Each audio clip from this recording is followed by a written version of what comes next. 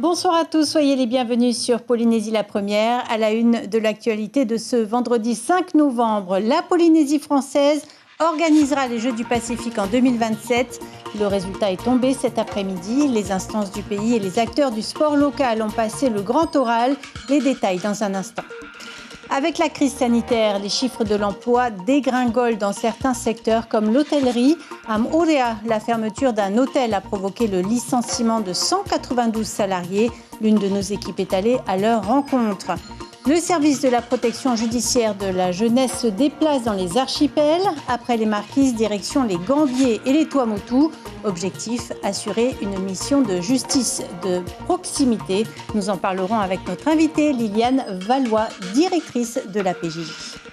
Enfin, vous verrez la joie des 45 enfants du village SOS de Papara. Ils ont reçu la visite de Miss Tahiti, Tumateata Buisson. Tumateata doit s'envoler mardi pour l'élection de Miss France.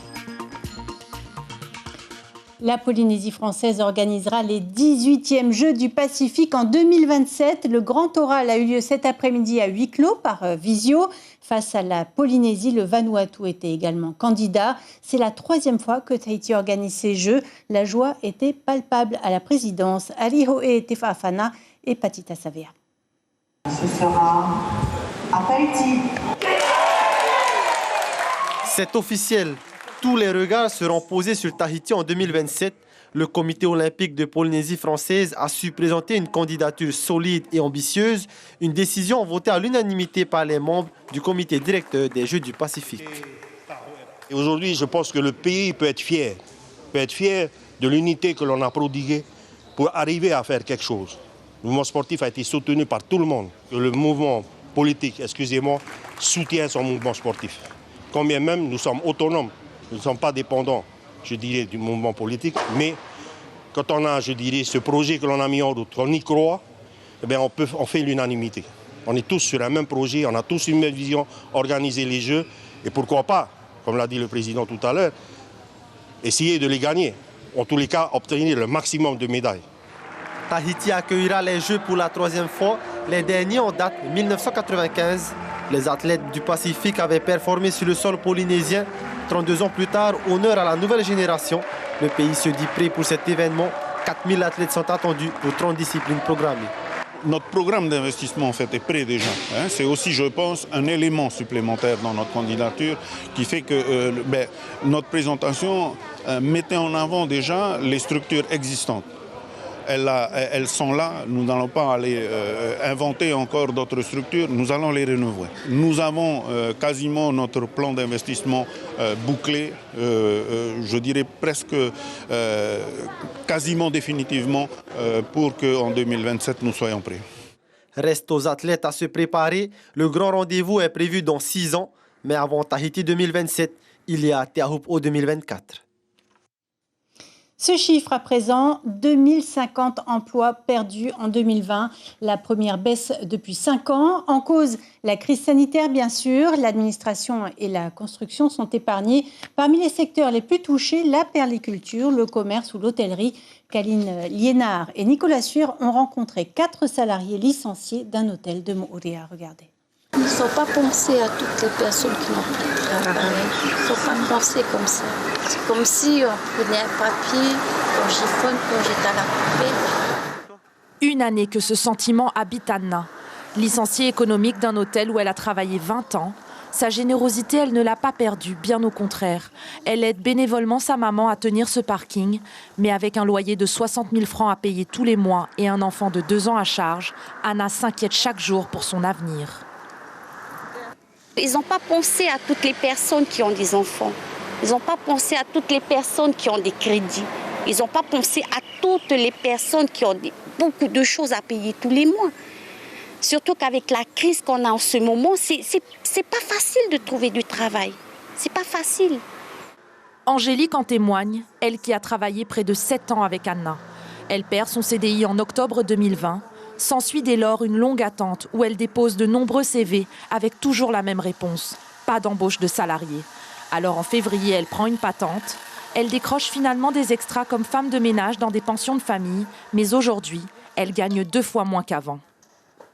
J'ai fait un prêt et là j'ai un loyer à payer et j'ai 4 enfants à nourrir. Mentalement, c'est dur par rapport à ce que j'ai eu à l'Intercontinental. En fait, ça a été un cauchemar pour moi. Ouais. Pêcher pour se nourrir, Higino l'a appris sur son île natale à Mangareva. En 1987, il est embauché dans un hôtel de Moorea. De plongeur en cuisine, il finira par devenir chef pâtissier en 2000. Il consacre 32 ans de sa vie à sa carrière quand l'annonce du licenciement tombe. À cela s'ajoutent des soucis de santé. Mon médecin m'a dit tu ne peux plus travailler, tu as un problème de santé grave. Alors il a tout fait son possible que je puisse avoir ma retraite. On peut dire que ça t'a un peu sauvé cette retraite. Ça c'est sûr. Ça m'a sauvé un peu pour avoir cette petite retraite, que je puisse vivre dignement. Higino et sa femme Héloïse ont consacré leur vie à cet hôtel. Elle était femme de ménage pendant 30 ans. À la retraite, elle gagne désormais 110 000 francs par mois. Heureusement, leur maison leur appartient, mais le coût de la vie est tellement cher qu'ils ont d'autres projets pour l'avenir. On va se préparer aussi pour rentrer chez moi à Tupoué, peut-être l'année prochaine, pour y vivre. Et ici, on va laisser tous les enfants. Ce sera plus simple à Tupoué, tu penses? Oui, là-bas, je peux aller pêcher, je peux faire mon petit fa'abou, potager, et je peux vivre. Vivre et non survivre, cet espoir anime les licenciés économiques de la crise liée au Covid, car à l'exception de ce couple, tous aspirent à retrouver un emploi stable. La justice de proximité, l'un des axes du quinquennat d'Emmanuel Macron. Après les marquises, la protection judiciaire de la jeunesse se déplace au Gambier et au Tuamotu. La PJJ a développé des dispositifs pour accompagner les mineurs délinquants. Ils reçoivent une réponse pénale, mais pas uniquement. On en parle avec vous, Liliane Valois. Bonsoir. Bonsoir. Vous dirigez le service de la protection judiciaire de la jeunesse. Vous suivez en tout 600 jeunes. Quel type de délits ont-ils commis ? Alors, majoritairement des délits d'appropriation, c'est-à-dire des vols. Il y a aussi des agressions et puis il y a aussi, dans les motifs de poursuite, des infractions à la législation des stupéfiants. Voilà, c'est les 3 principaux motifs de poursuite. On pense, en tant qu'habitant de Tahiti, on pense beaucoup aux bagarres en ville ou devant les collèges. Est-ce que ces jeunes sont concernés également ? Alors, ils devraient l'être. Parfois, ils le sont, mais au regard de la fréquence de ces éléments-là justement dans les informations, on voit qu'il y a un écart entre ce qui peut se passer effectivement sur la voie publique et la saisine de la justice. Donc, il n'y a pas toujours des dépôts de plainte et ces jeunes ne sont pas forcément suivis, ce qui est dommageable pour la suite de leur parcours. Oui, parce que c'est tout l'objet de votre mission. Vous accompagnez les jeunes qui sont justement redevables en termes devant la justice. Oui, en fait, les missions de la protection judiciaire de la jeunesse, c'est de mettre en œuvre des décisions judiciaires dans le cadre pénal principalement et d'aider à la décision des magistrats. Après, la mission de la PJJ peut s'étendre davantage aussi à ce qu'on appelle l'ensemble des jeunes sous main de justice, des jeunes qui sont en difficulté, que ce soit parce qu'ils ont des problèmes en lien avec leur éducation ou que ce soit parce qu'ils ont des problèmes avec la justice. Mais est-ce que les profils sont les mêmes à Tahiti et dans les îles ? Alors, globalement, les profils sont à peu près les mêmes. Alors, les difficultés, évidemment, ne sont pas tout à fait les mêmes. L'accès à la formation, à l'emploi, l'oisiveté, elle est plus grande, effectivement, dans les archipels. Et il faut savoir que l'absence d'activité et de projet est forcément une cause de réitération évidente. Vous apportez une réponse pénale, mais souvent, vous vous apercevez que le mineur délinquant est aussi une victime. Comment l'accompagnez-vous ? Alors, il est vrai que la réponse pénale, c'est important. Il faut effectivement signifier à un jeune lorsqu'il a commis un acte qui porte préjudice à la société, à une victime, faire comprendre à ce jeune qu'une victime existe. Mais il faut aussi comprendre pourquoi ce jeune est passé à l'acte, parce qu'il ne suffit pas de dire à un jeune il faut arrêter ou éventuellement de l'écarter de la société pour que, je pense à la prison ou à d'autres modes de réponse. Il ne suffit pas de faire ça pour résoudre le problème. La mission de la PJJ, l'ambition de la PJJ, c'est que chacun trouve sa place dans la société et pas à l'extérieur de la société. Donc il faut effectivement comprendre ce qui s'est passé, ce qui ne veut pas dire le justifier, mais comprendre ce qui s'est passé pour développer les réponses les plus adaptées. Et ça, c'est vraiment la mission de la PJJ. Donc, je vais dire, il n'y a pas un profil type et il n'y a pas une réponse type. La justice est individuelle et ça, c'est très important. Et elle prend en compte justement tous les éléments qui ont conduit ce jeune à sortir du droit chemin. Alors vous décollez dans quelques heures pour les Gambiers, puis les Tuamotu. Comment est-ce que vous allez faire passer votre message?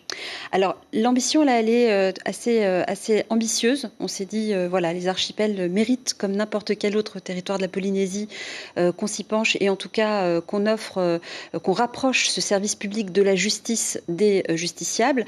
Donc l'ambition ça a été de se coordonner avec d'autres institutions, d'autres structures. Donc le CIDFF avec qui ce partenariat est particulièrement serré. Précisez-nous, CIDFF. Alors, c'est l'acronyme, je ne vais pas pouvoir vous le décliner là tout de suite parce qu'il ne me vient plus, mais c'est un service qui va gérer alors, tout ce qui est droit des femmes, mais plus largement aussi l'accès aux droits. Et d'ailleurs, dans cette mission justice de proximité, les personnes qui nous accompagnent vont décliner cet accès aux droits, vont permettre de répondre à des questions et éclairer les gens qui souhaitent en tout cas venir se renseigner sur toutes les questions de droit. Vous sollicitez les habitants des îles à venir vous voir. Oui, alors l'idée c'est vraiment de fédérer tous ces partenaires, le CIDFF, l'association d'aide aux victimes qui est la PAGE, le Fareta Maho dans sa mission de maison des adolescents, des structures associatives sportives. Voilà l'idée, et alors en partenariat évidemment avec la DSFE, avec tout le secteur médical. Et l'idée c'est qu'on fasse comprendre que c'est l'action de l'ensemble de ces partenaires autour des jeunes qui va permettre de répondre à leurs besoins. Pas des actions individuelles et échelonnées. Voilà. Merci beaucoup Liliane Valois. Ce sujet devrait vous intéresser puisque notre équipe s'est rendue au village SOS Enfants de Papara qui accueille, vous le savez, des fratries en détresse. Depuis 1996, date de sa création, le village avait l'habitude de recevoir Miss Tahiti. Ça n'a pas été possible depuis 2 ans à cause du Covid. C'était donc un peu la fête aujourd'hui puisque Tumateata Buisson et sa première dauphine sont allés leur rendre visite. C'est Brigitte Olivier, Patrick Titting. Une Miss Tahiti qui arrive, c'est un peu comme le Père Noël, mais en plus joli. Accompagnée de sa non moins ravissante dauphine, Tumateata a charmé les jeunes du village SOS Enfants de Papara et suscité sans doute un peu d'admiration de la part des petites filles. L'une d'entre elles lui parlera aussi de son vécu.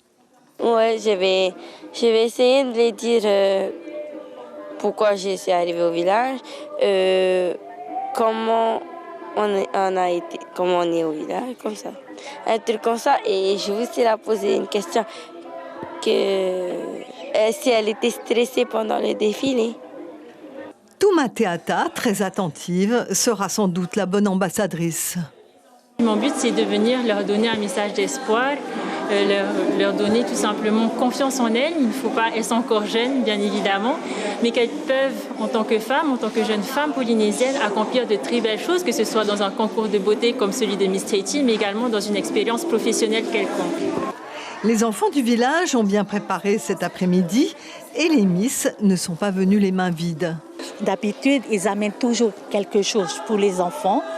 Et puis avec des petits trucs, des petits cadeaux, que ça fait toujours plaisir aux enfants. Et ça, on les remercie beaucoup. Nommé il y a 2 ans, le directeur n'avait jamais assisté à ce genre de rencontre entre des représentantes de la beauté polynésienne et des enfants pour qui la vie n'a pas toujours été facile. Ce soir, il est convaincu. Ce qu'on vient de vivre avec ces chants, ces passages, et puis une Miss Tahiti locale qui vient des îles, je pense que ça peut donner certaines envies, certaines choses. Et puis voilà, pourquoi pas. Les filles s'identifient un petit peu. Je pense que le conte de fées, les princesses, tout ça, ça leur parle réellement. Ouais, il n'y a qu'à regarder leur sourire. Actuellement, 45 enfants sont hébergés ici et suivis par 11 tatis qui vivent avec eux durant des années. Une vingtaine de personnels encadrent et soutiennent ces jeunes qui peuvent rester jusqu'à 21 ans. Une des pensionnaires du village vient de partir en métropole pour suivre des études supérieures, des informations auxquelles Tumateata a été très sensible. Et du côté d'Uturua, les autorités éducatives du lycée préparent la rentrée pour éviter les attroupements et les bagarres devant les navettes maritimes. L'idée est d'impliquer les lycéens dans leur cadre de vie. Écoutez Florence Meyer, proviseure du lycée, au micro de notre correspondant Julien Vescovali. On a écouté les besoins de nos élèves. Entre autres, donc maintenant, notre lycée est ouvert à 6h30. C'était une première réponse, justement, aux problématiques de déplacement. L'ouverture aussi se prolonge le soir jusqu'à 20h30. Nous essayons d'occuper nos élèves qui peuvent rester pour travailler au CDI et même pour dîner avec une formule internat externé. Donc, en occupant nos jeunes, en dehors aussi du temps scolaire et en apportant ici des réponses à leurs besoins, je parlais de la connexion Internet, mais ça peut être aussi l'usage des manuels, l'usage des lieux, eh bien oui, on contribue, je pense, à améliorer le climat scolaire. 5e jour de la COP26 en Écosse et toujours ce constat amer, le réchauffement climatique et les phénomènes extrêmes s'intensifient. Le Pacifique n'est pas épargné. Les experts du GIEC ont démontré que les stocks de thon diminuaient déjà dans nos eaux. Ondine Moyatea. Encore une évidence que nos dirigeants doivent agir contre le réchauffement climatique. Certaines îles du Pacifique qui dépendent presque entièrement de la pêche au thon seront très touchées économiquement. À cause de l'augmentation de la température de l'eau, les thons se déplacent et se rapprochent des côtes américaines, quittant ainsi les zones de pêche. Il y aura une perte économique puisque ces États vendent leurs droits de pêche sous forme de licences de pêche à des armements étrangers. Et c'est une ressource économique pour ces pays. Ça peut aussi poser des problèmes sur le contrôle de la ressource et donc la gestion de cette ressource, puisque une partie des stocks va se retrouver plus abondante dans les eaux internationales, pour lesquelles c'est plus difficile de mettre en place une surveillance. Les stocks baisseront de 20% en moyenne et entraîneraient jusqu'à 17% de perte de revenus pour les pays insulaires. Pas de justice climatique donc pour ces petites îles qui contribuent très peu au réchauffement climatique, mais qui risquent de voir leurs ressources disparaître. Un autre facteur important reste la gestion de la pêche. S'il y a surpêche, les stocks diminueront davantage. On peut réduire un stock, par exemple, de 60% de sa biomasse d'origine vierge, on va dire, avec l'effet de la pêche, alors que sur l'effet climatique, on est sur des changements, des variabilités de l'ordre de 10-20% selon les scénarios. Le thon, une économie bleue indispensable au développement des petites îles du Pacifique. C'est alors aux nations à l'origine de la pollution d'agir de suite pour ralentir ces changements et préserver la ressource. Avant de se quitter, je vous propose de souhaiter un joyeux anniversaire à Marthe Suard. Elle fête ses 107 ans. Marthe est naturellement la doyenne des Polynésiens. Aujourd'hui en maison de retraite, elle a beaucoup voyagé. En réalité, elle aura 107 ans demain puisqu'elle est née le 6 novembre 1914. Écoutez l'une de ses filles. Oh, je suis fière, hein. Il faut vraiment être heureuse, contente, hein. Comme elle a plein d'amour pour nous, nous aussi, on a plein d'amour pour elle aussi. Hein. Elle adore lire. Tous les jours, il faut un journal devant elle. Tous les jours, et sans lunettes. Hein. Quand je viens avec des biscuits, elle me demande à chaque fois, encore, il faut que je cache, hein, sinon elle va tout manger le paquet. Ah oui, heureusement, elle mange beaucoup. Elle a l'appétit, quoi. Il n'y a pas de distinction, tu donnes ce que tu peux, mais elle mange. Voilà, interview signée Aliho Afana et Patita Savea. Je vous rappelle l'information principale de cette édition. Tahiti a été choisi face au Vanuatu pour organiser les 18e Jeux du Pacifique. Ce sera en 2027. C'est la 3e fois que cet événement a lieu ici. Les rencontres sportives se tiendront à Tahiti et Moorea. Des séries ce soir sur la première, OPJ et The Lawyer. Ainsi s'achève cette édition. Merci d'avoir été avec nous. On se quitte sur ces images de parc à poissons tournées par Virginie Tetofa à Rangiroa. 500 tonnes de poissons sont exportées chaque année des Tuamotu vers Tahiti. Très belle soirée à vous sur la première.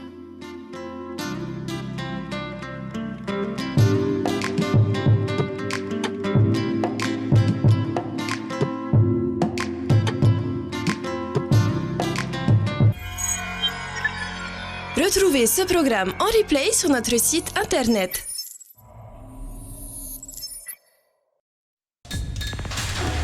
L'information en continu sur Polynésie la première, internet et réseaux sociaux.